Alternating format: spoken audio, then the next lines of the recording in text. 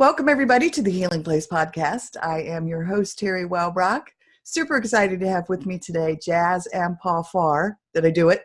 You got it spot on. Woohoo! So welcome. Thank you very much. It is so good to be here. It's really exciting. Well, I am just absolutely thrilled to have you. When you reached out, I was like, yes, I want to have you on the show. This is fantastic. So, yes. So talk to me about what it is you're doing.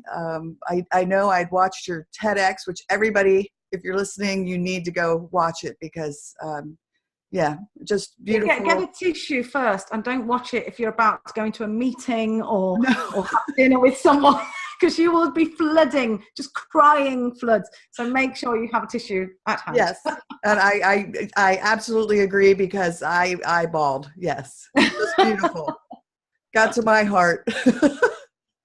Yeah, I have that effect. I make people cry. It's not a skill I knew I had. Right. And I'm sure it's useful in some way. But yeah, it's and I think it's just the vulnerability, and that TEDx was so interesting because I am a literacy because I'm passionate about reading, writing, and spelling. When I was at school, I had an awful childhood, and reading, writing, and spelling were my tickets out of mindset poverty, not just physical poverty, but mindset poverty. So I went into teaching. I became a teacher. I'm very passionate about literacy because it's a travesty that children are leaving first grade education without that. They go to high school without that in place. That's not on. So I'm very passionate about it. And I got to a talk. There's like 300 leaders there, and I'm doing a talk, and I sit looking at these people, and I think, what would happen if I just told the truth? What would happen if I just told the truth? Because I spent my entire career in teaching trying to blend, because all the leaders I could see, they were white and male and middle class, and I am none of those things. So I'm trying in some way to like blend in with this hair and an enormous bottom, but I'm trying to just like blend in. And so my whole kind of 20 years in education have been about trying to be acceptable in a way that I thought was acceptable, and keeping the unsavory parts of my past out of the way. And so I was never true to myself. Because I was scared. Fear was driving my bus. I was scared. Oh, I absolutely get it. I've been there, done that. Yeah. Go, tell me. Yeah, I hid my story for so long because, I was just afraid of letting that truth out there. So I totally understand. And by the way, I love your hair. I'm just saying. Thank you very much. It's not everyone looks. It's just me and Beyonce, really. Yeah. Not everyone looks like that. It's amazing. I don't blend very well. but it is that thing of I'm not good enough. What will people think if I can't, I don't, I won't. It's that kind of language structure that we use, and I just felt like I was traveling around the world, speaking to governments, changing the whole of Trinidad switched to this way of doing literacy that I'd suggested. And I just didn't feel any. I was just like, people saying, oh my God, you've changed my life. And I'm like, that's great. That's really good. But I just didn't, because I knew that it wasn't coming from a place of truth. And so but also I was scared. I was so scared.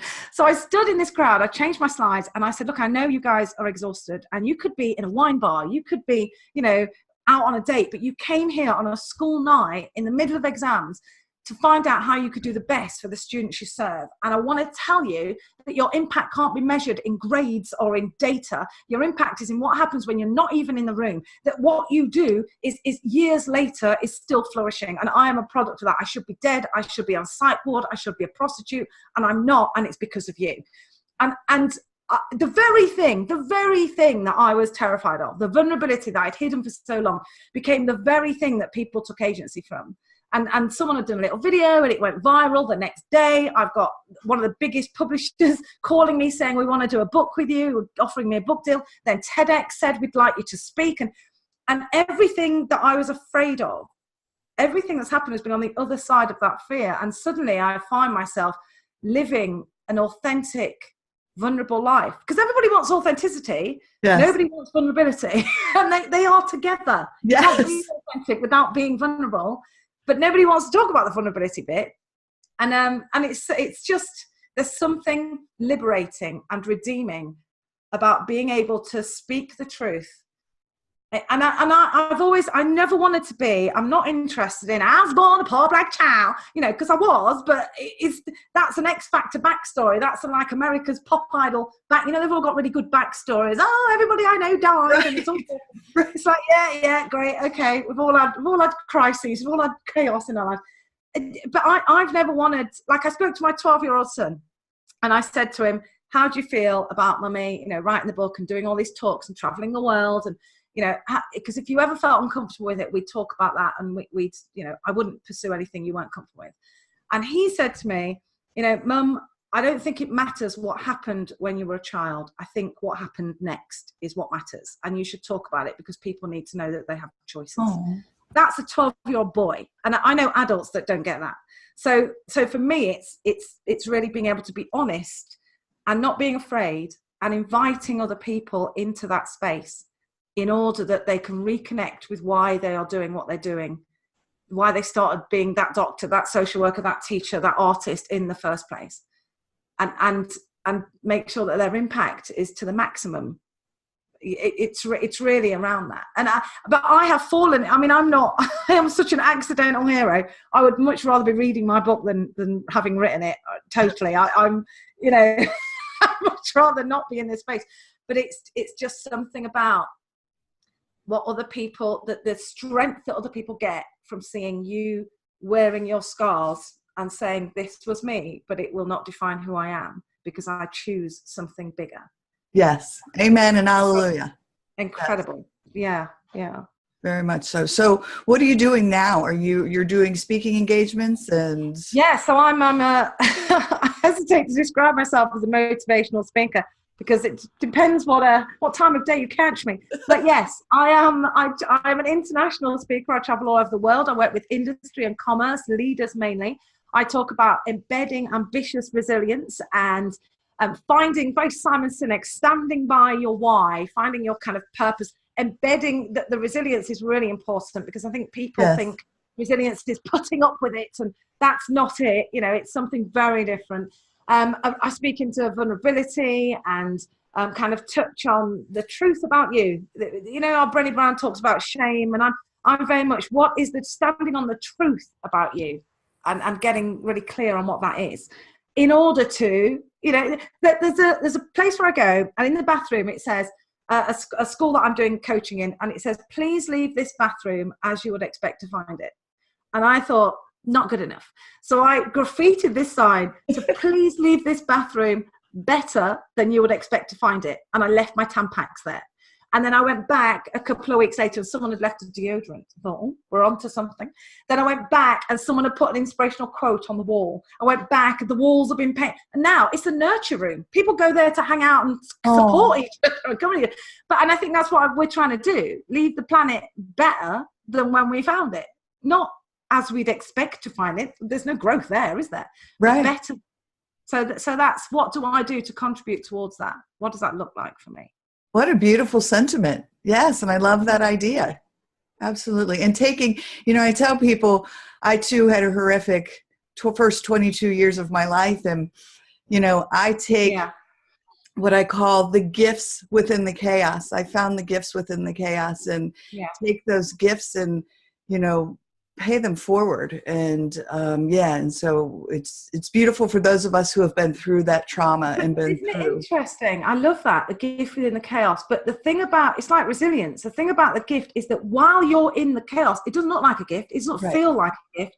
It feels destructive. You only realize it's a gift once you've gone through it. And I think a lot of people are stuck at the, like I share, I'm very open about being like, I lived with my biological mum, my stepdad, who was violent, he was a drunk, he'd beat us, he physically abused us, verbally abused us, and I was raped by him from 7 years old through till 12. Not just by him, he would sell me out to other guys as well. Oh my gosh. And my whole mindset was that I am broken and I am worthless and cheap and dirty and guilty and I'm worth nothing.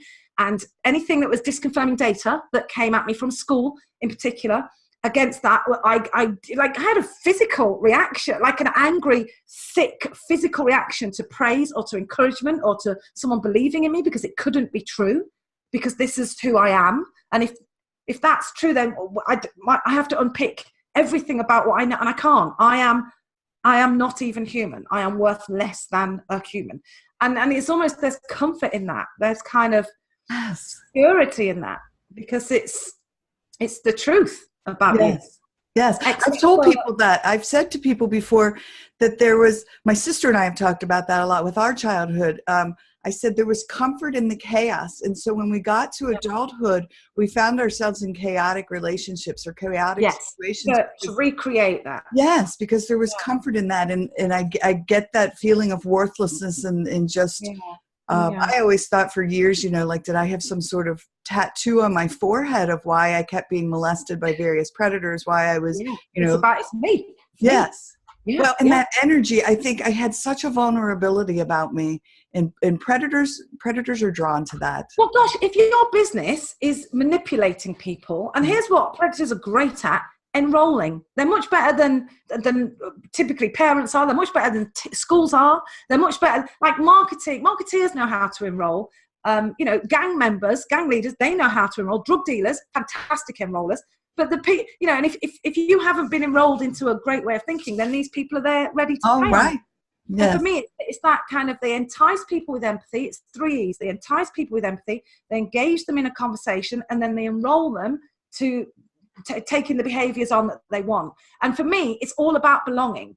They make you feel like you belong. And it's not being needing to belong. That's a human need. It's a basic human need. Right. So when someone offers you that invites you into belonging, it's incredibly attractive, especially if you have unmet needs as a child of not having that. It kind of, because I always felt I was carrying I had a backpack on that I couldn't take off, and it was full of all this stuff that I needed someone else to sort out. So I was always kind of trying to offload, and can you sort it out? And then people would get overwhelmed or scared.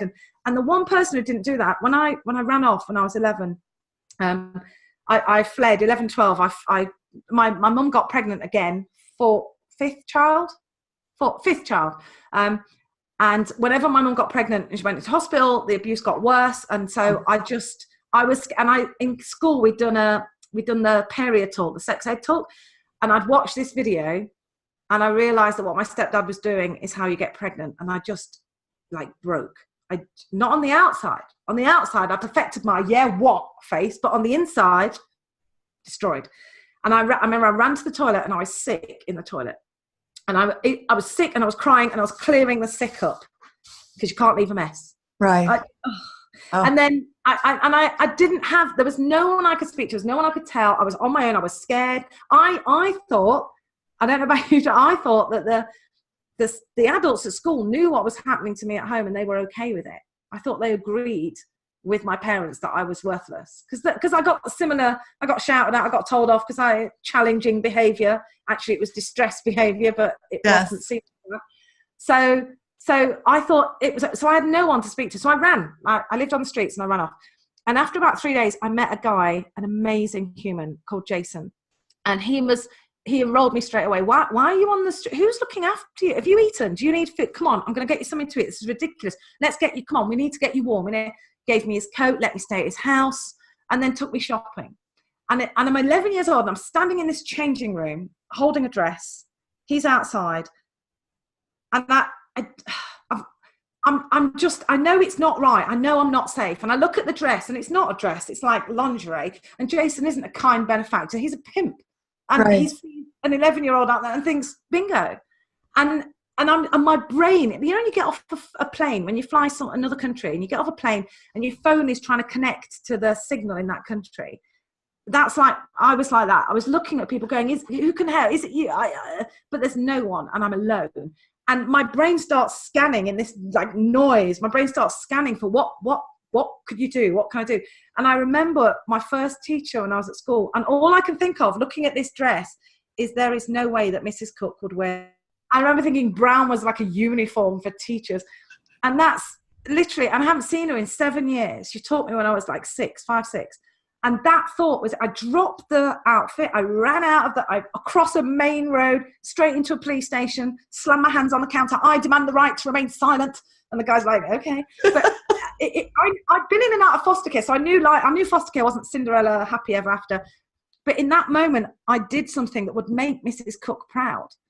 And that is the difference that people make in your life. It's not, if she did reading tests, do you think I think about her reading tests with a special fondness in my heart? What I remember is that she believed in me before I could believe in myself.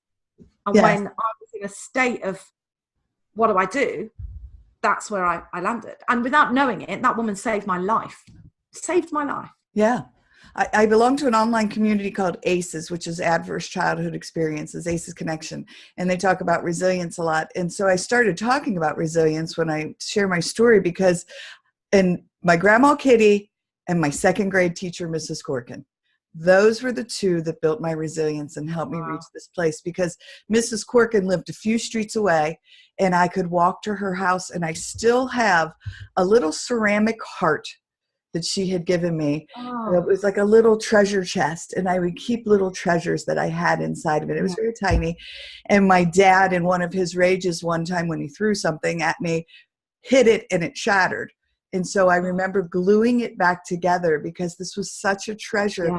And again, it wasn't, I can't remember what she taught me in school, but how she just accepted me and loved me, and just let me be me, was just, she had a huge impact on my life. Totally get it. Yes. It's amazing, isn't it? And then for me, I'm like, because I can't track down, there's 5, I worked out there's 5 adults, 5 teachers, they happen to be for me. And I had them at different stages so that there was always one person who was invested in me. And I've tried, I can't track them all down and thank them. And the ones I have tracked down and tried to say, oh my God, you changed my life, have been like, you're doing well, good, keep going. Like, it's not a big thing, because for them, it's like, this is what I do. But I just think it's, for me, what I can do is be that, I can pay it forward. I can be that person. Yes. To others. And that requires me to process the things that hold me back, process any trauma that I've got that is holding me back, to be compassionate to myself, to understand that I have choices rather than sort of, I can't choose, I've got no choice, this is just how it is. That's a defeatist language. And to understand that, you know, I really feel my default setting is depression. I feel that's, even now, I feel that's my default setting. And this is a choice I make every morning when I wake up. I choose to live my life as someone who is grateful for all the things that I have survived and that I have, and the agency. And I zoom in on that because that's who I want to be. And I've tried being the real me. I don't know, the me that the depressed me. I've tried that, and it sucks. Right. So it's like, and I love it when people have said to me before, it's quite naive though to be positive. And I'm like, well, yeah, great. Then I'm naive. I mean, I think after what I don't think I am naive, but I'm happy to be in that camp. If it means, know, my nickname, my nickname is Glitter Shitter. So, I mean, oh my God, that's awesome. Because I am that person. Like, I exude joy and happiness, but it's not that I'm faking it. It's just that I am choosing to focus on the joys, because you're right. I've been in that shitty place. I've been in that horrible place. And I choose to wake up every day as well and just be like, you know, thank you for this sunshine, or hello, little ladybug, or whatever it is, and focus on that. So I get it. Shitter. I am so, you know what I'm going to do? I get badges made with like little sayings on. So I've got Glitter Shitter. Our work saves lives. Our work changes lives. I'm going to get a Glitter Shitter badge made for you, and I am going to send it to you. Send it to me. Most awesome nickname I have ever heard. I aspire to be a Glitter Shitter. It's an aspirational grade. Yeah, you know, it reminds me, I went, so I do some work in prisons. Like all the corporate work I do, sponsors work in education or health or prisons, because I want to be able to do that without charging. So I'm in this prison, and it's a category A prison. So there's like rapists and child molesters alongside people, like teenagers on remand. It's a crazy place. And in prison, you can do, you have a job in the UK, you choose a job. So you can work in the kitchen where you get better food and you get like £25 a week. Or you can take an education course where you get £5 a week and you just get the regular rubbish food. Right. So I'm really intrigued as to why would you take an education course when you could do an actual and get better, because you have to buy your toiletries and everything.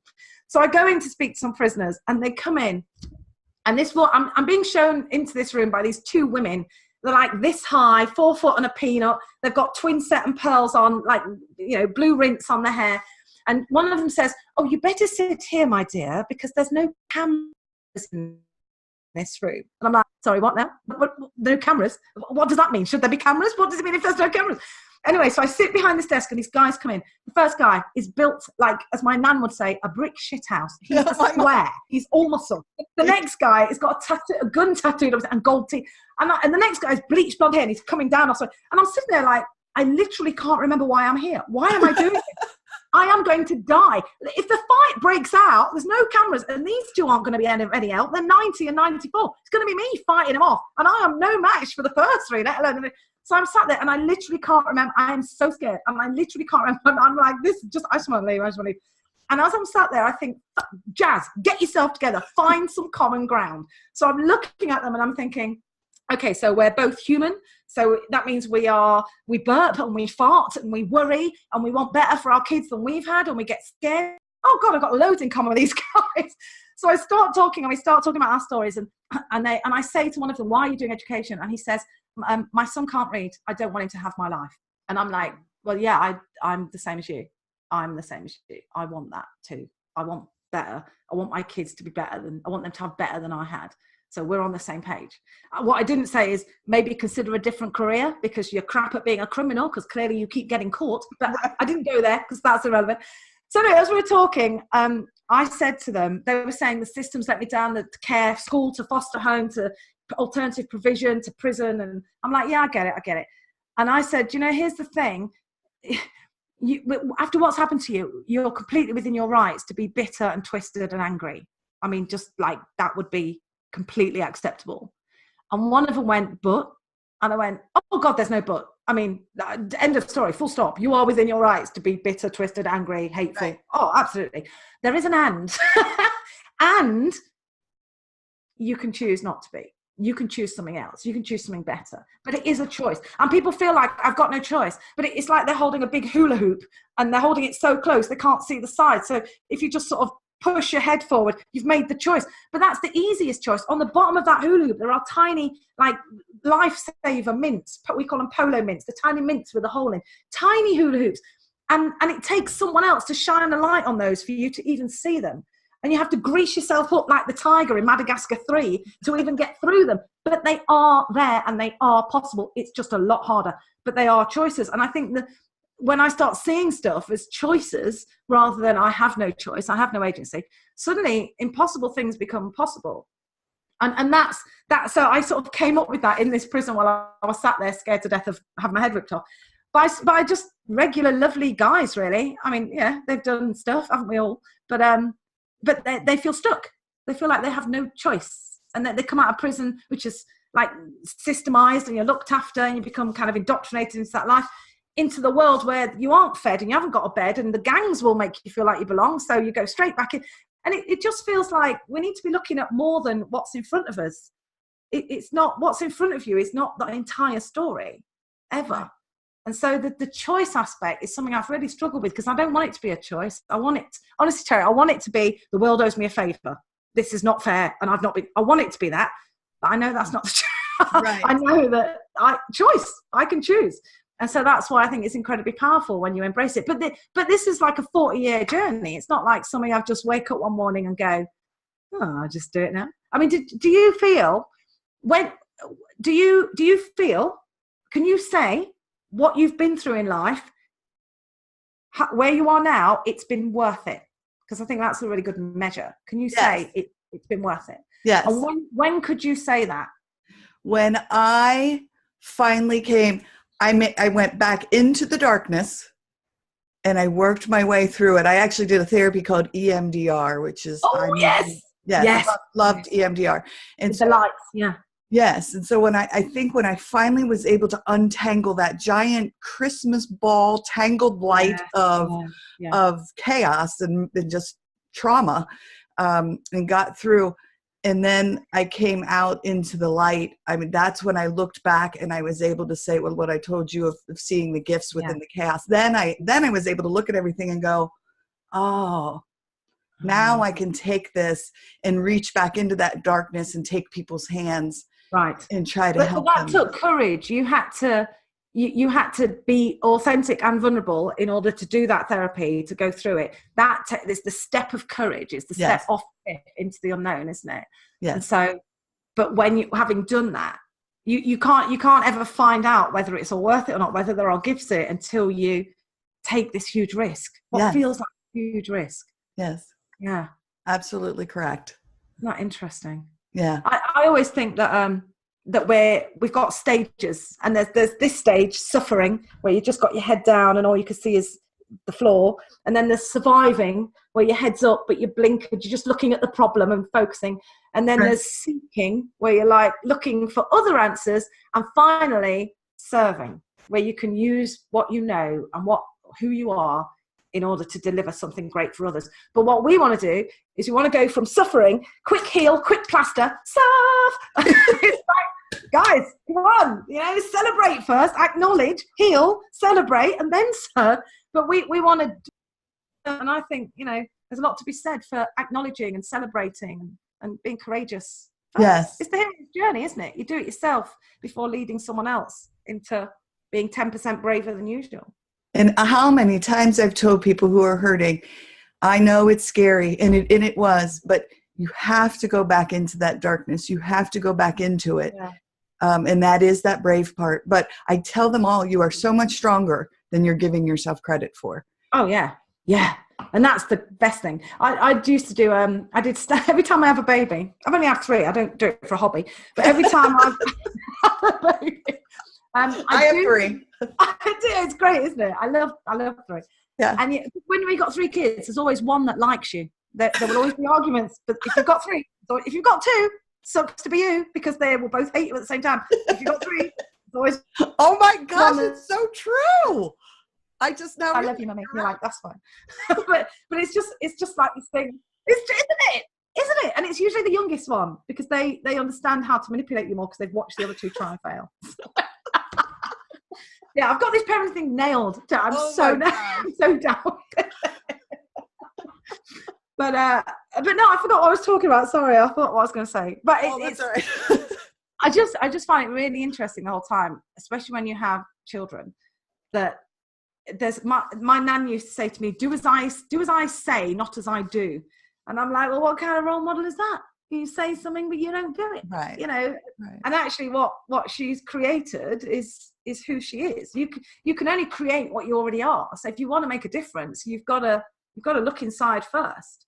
And there's always a way, and that way is often through rather than round or under or over the top. It's through is the only, is the quickest route, isn't it? Yeah. But I think that fear and that internal language of, I'm not good enough, because a lot of it comes back down to that. I'm not good enough. Right. And those were the messages we received, that's why I love all of this about ACEs, this adverse childhood experiences, and all of the studies and about resilience, is because, we had these messages that we internalized and carried with us for so long, of I'm not worthy, and the shame part of it. But once we're able to get back in there and realize that, no, we aren't who we were told we were. The ACEs test, that's the only test I've ever got full marks on. It's 10 out of 10. Oh no, it's not a good thing. But I remember sort of thinking, oh gosh, does that mean I'm going to get diabetes? But right. Yes, me too. I have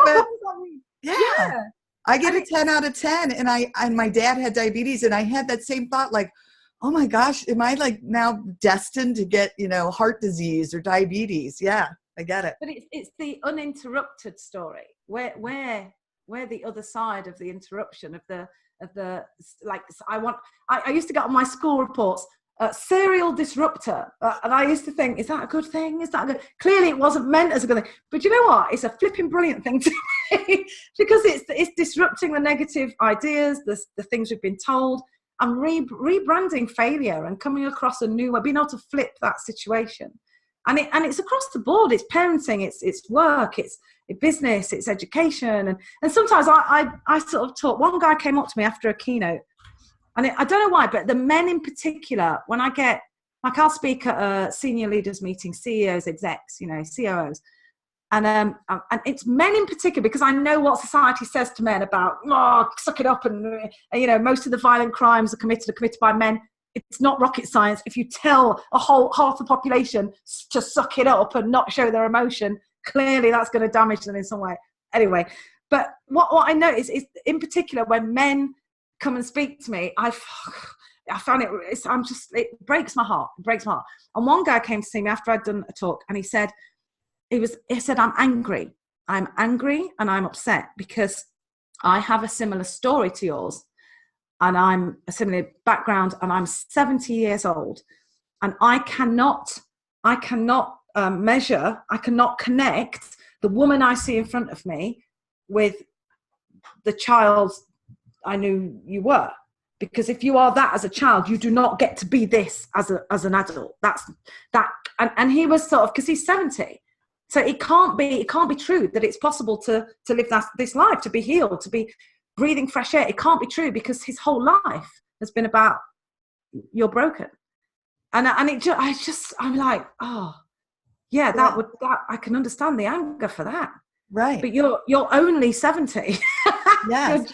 Well, what do you want to do for the next 20 years? Who do you want to be for the next 20 years? And that's what I was just going to tell you. My mom is 82. Well, now she just turned 83 in December, but she just stopped drinking a year ago, April. Now, she had one little fall where she fell back off the wagon on Valentine's Day, but she's back on it.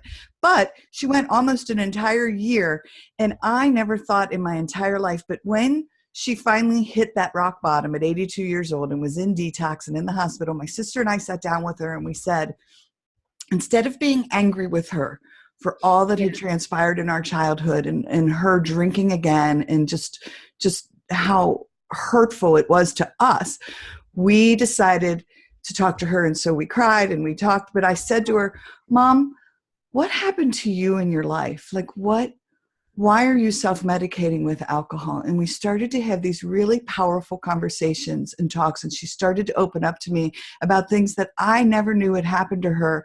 And I saw this shift in this 82-year-old lady, that I was finally seeing my mom, like this little girl that she had, stuffed away, this child who had been molested and witnessed horrific things between her parents. And I mean, just horrible, horrible things that she had never talked about before. And as she started to open up about them, she started to heal it. She was able to stop drinking. And I'm telling you, at 82 years old, beautiful. Never too late to have a happy childhood. It's never too late. Exactly. But it's help. I think that's what's interesting. I don't know if you find it, but a lot of people, I get a lot of disclosures. One of the things that I find is, people kind of like feel they talk to me because they want to be what they think I am and what they see I am, who they see I am. And I always feel like, this is like Michelle Obama's arms. You don't get Michelle Obama's arms by sitting on the sofa with your fingers crossed, scoffing cake, hoping everything turns out okay. You get off your bum, you get to the gym, you get someone to force you to work out. And it's that thing, without help, without support, without connection, I don't know how you do this journey. I wish I did, and then it would be super easy. I think it's that thing of having that conversation your mum had with you, is suddenly someone listening, like actively listening and asking those questions, and suddenly feeling, I can say this. And then, isn't it amazing? But the amount of people that just think, I'm just going to stop drinking, I'm just going to stop smoking, I'm just going to stop being an arse, I'm just going to be a good person. It's like, really? Oh, fab. Let me know how that works. Just you on your own with nothing changing. Oh, that's great. I wish you the best. But we do that. We tell ourselves, oh, I can do it alone. I don't need help. Right. Like, yeah. No, I think community and having that tribe and having that having that around you, it's critical for sure. So I have to ask you one of my favorite questions that I love asking all of my guests because I love the answer. If you could meet anyone, dead or alive, to help you with your continued journey, Oh, Professionally or personally or both, who would it be? oh, that's a good question. I know, isn't it awesome? I kind of know the answer, and I've met him, and he touched this hand. Will Smith, and it's not just because I fancy him. That's by the by. I'm over that part. He has. So I went to, he did a film, The Pursuit of Happiness, about Chris Gardner, who was homeless, and his son was in it as well. So I went to the launch, the film launch of that here, the premiere. And Chris Gardner was there, and it's the Prince's Trust, a big charity that works with homelessness in the UK. And I went to that, and it's like, it's Will Smith. And I'm there with like 8 of my most screechy Will Smith fan friends. And my husband comes to try and just stop us from getting into trouble. And it's at the Dorchester Hotel, which has a long promenade.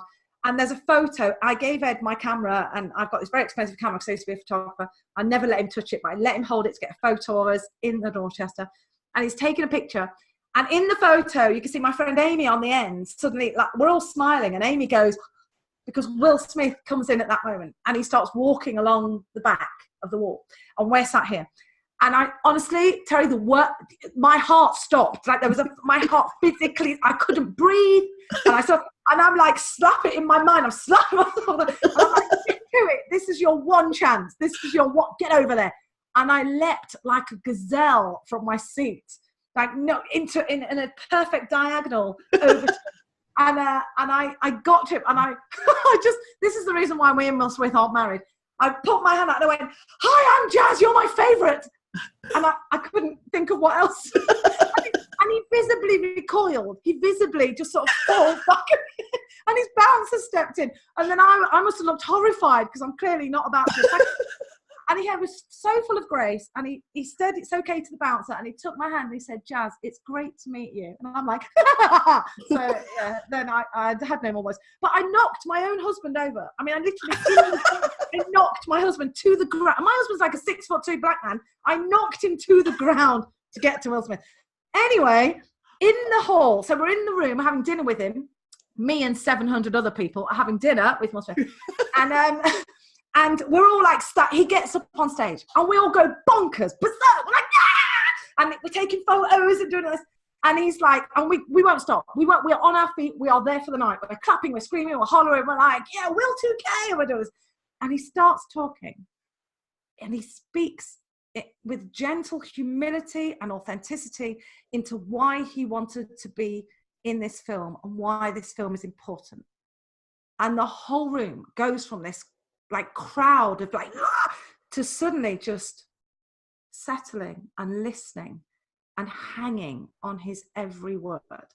And he spoke from a place of truth and his heart and honesty, and you could hear, the work and the commitment and the passion and the levels he was prepared to go to. He talks about, if we're on, I'm going to get off or I'm going to die, because I will not give up. I mean, it's kind of that mindset.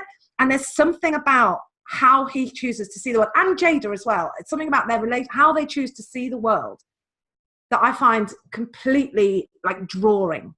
And that's the sort of person I'd like to have dinner with Will Smith again, just me and him. But that's the sort of person that's who I want to be around. It's like Usain Bolt always says, you got to run against someone faster than you. So that's the level off the Shazam of people who stand on that kind of belief of what courage looks like, what commitment looks like, and vulnerability. And yeah, so I'm a huge kind of fan of that. And Jada Pinkett's round tables, it's those courageous conversations. Yes, and I love that. I'm such a fan of deep conversation. Yes. Who's yours? Who would you I say Mother Teresa. And yeah. The reason I say Mother Teresa is because she was not, kind of like you go into the prisons, she was not afraid to go down into the trenches. She was not afraid to hold those people with leprosy or reach out her hand to those and bring attention to those who are hurting so much. And I love the idea of emulating her and the fact of just, again, reaching back into the darkness or down into the trenches or however you want to say it, and just helping those who are hurting and just saying, come on, I believe in you. You've got this. So it's like holding the door open after you've gone through it, isn't it? That's the whole thing. And I always feel like I had like I always talk about the teachers standing shoulder to shoulder with me in this chaotic fire that was my life. It's like I had a ring of fire around me, and there were some people that weren't bothered by the flames. They just walked over and stood with me. And that was in, you know, it was about valuing me, not rescuing me. Rescuing was, you know, I rebelled against that, but being valued, nobody rebels against being valued. It speaks to our soul. Oh, you know, yes. I think that's what she did with so little words. And I'm sure she was advised against a lot of what she did. Oh, yeah, for sure. Yeah. Yeah. But she did it from her heart, you know? Yeah. So any myths or facts that you want to clarify for people that you've come myths. Yes. Here's one. It's brokenness. So I used to talk about how I've gone from broken to beautiful. Now, either one of these truths is true. One of these statements, either you're not broken or we're all broken. It's one of those. But it's that uniqueness. It's when people say, like in my kids' school, in their like first school, they had a creed. And part of this creed, they'll learn it and they'll say, part of this creed says, you are unique. There has never been and never will be another you. And where it says you are unique, I always want to go just like everyone else. But I think that's undermining it a bit. But I get the idea. I get that. Right. But it's this thing where we think, like, people deserve compassion. Everyone deserves kindness. Everyone deserves, but not us. Because there's something uniquely special about me, that I am the only person on the planet that doesn't deserve kindness or compassion or love. Everyone else, yeah, but not me. That I'm so special that I don't deserve. And it's like, just literally, that makes no sense, does it? I mean, what is so special about you that you are the only one on the planet that doesn't deserve this? That's like, that's crazy talk. It doesn't make any sense. And yet we say that. We our internal languages, you know, I'm not worthy, I'm not worth it, I'm not good enough. And it's like, that makes literally no sense. That I believe everyone deserves kindness, and I am a one, therefore I deserve kindness. So it's a kind of simple math equation, really. But that, I think that's one of the biggest myths, that I can't, I don't, I won't. It's, you know, that language of I can't, I don't, I won't, because I can't is all about skills. I can't yet, you know, I don't have the resources I need in order to do this, so go get them. So what do you need to do? And I don't is expectation. I expect to fail, so I don't try. And I won't is mindset. So I won't even try. And actually, when we start unpicking those things and flipping them, suddenly we realize all these potential. And my friend's really into Ganesh, because Ganesh is the Hindu god. Is it Hindu god? Remove the elephant with lots of arms. Remover of obstacles. And I love it. She's got little elephant. This is an elephant. She's got elephants everywhere, and she's got a little Ganesh. And she talks about, you know, there are obstacles, and removing those obstacles shows us a whole world behind the obstacles. So I think that's the biggest myth, that it's, you know, that there's something wrong with me. Yes. Because that's our brain trying to make sense of stuff. Like, it's closing a story loop. It's like going to see a film where the ending it's not a happy ending, or it's not resolved. Our brain is trying to resolve, all this has happened. Oh, it must be because there's something wrong with you. Oh, yeah, there's something wrong with me. Great. So your brain's happy, but you, right. You know, it's like we're trying to solve the story. It's what our brains do, because it's burning too many calories. You know, I'm finishing up the manuscript for a book. And for the longest time, like, I've been writing this book, what feels like forever. And for the longest time, I thought, well, I can't share my story, like, you know, get on a stage and tell my story, or I can't write this book because I'm still broken, is what I was telling myself. Yeah. Then I came to the realization that the beauty of my story is that I can live this life of joy and peace while still broken. Yes. But it's not that I'm broken, it's that I'm on this healing journey. And so that's what I try to convey to people, is that, you know, we've all had horrific things happen to us in our life. We've all had trauma. We've all had something that's happened to us. Everybody's on a journey. But to be able to live a life of peace and joy, even while in the midst of that journey, that's where the beauty lies. So. Have you, you remind me, have you heard kintsugi? Kintsugi. You got to Google it after this. So kintsugi is the Japanese art of repairing something that's like a bowl. So here's a bowl, it breaks. So they repair it, but they repair it with gold leaf. Oh. So what you get is the broken and repaired object is more beautiful than the object when it was whole, because the scars are golden, and that's the healing. So and the word for that is kintsugi. It's sort of healing. It's something that has been broken and has been restored and is now more beautiful than when it was whole. And I love that. Yes, that's beautiful. Yeah, and I use that when I'm doing talks. I put the bowl up. I put a picture of the bowl with the veins in, and I talk about what that looks like. And because we can all identify with being broken, but if the answer is we wait until we're fixed and then we can talk, right? Well, we die before we're going to be fixed. What does that look like? I know. Because if it means being the parent I want to be, never going to happen. If it means being, sorted and having, never going to happen. The joy is in living. Is in finding the joy in where you are and who you are. It's not like working for 70 years, retiring, and then being too ill to travel and enjoy your retirement. It's enjoying at the space and time. It's acknowledging and celebrating in that moment. Yes. So, but yeah, I think that kintsugi kind of just really captures that in the essence of that. Yeah, for sure. Well, I could sit and talk to you, for another, 17 hours. Let's have tea. I'm just across the pond, don't you? I know. I cannot wait. I have never been to the UK, and it is on my wish list. So I'm gonna come say hi when I get over there. Come without telling me you're here. I will reach out. Yeah. Yes, do. And you have to let me know about the TED Talk, because it will be videoed and I can see it. I'm hanging out. I am so excited that you get the opportunity to do that. It's very special. Thank you. I'm very excited too. So I will keep you posted. So anything else that you want to share with our audience that we didn't touch on? Gosh, we've covered so much, haven't we? I think it's just the thing of it's that, what do you want? I always say to people, what do you want? And then I let them talk, and then I go, right, so what do you really want? Because actually you need to go deeper.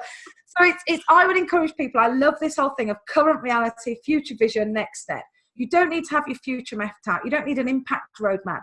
You just need to know, where are you now? What's your life look like now?